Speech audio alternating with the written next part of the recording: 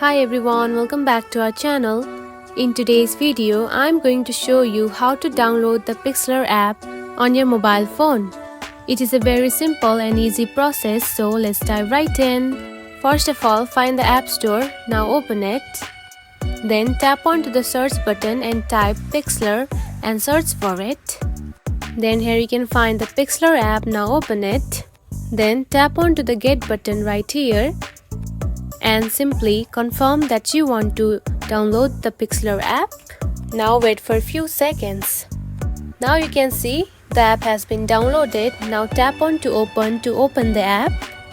The app has now opened and you can also find your app on your home screen just like this. And that's it. This is how you can download the Pixlr app on your mobile phone. If you found this video helpful, don't forget to like and subscribe for more tips. Thanks for watching.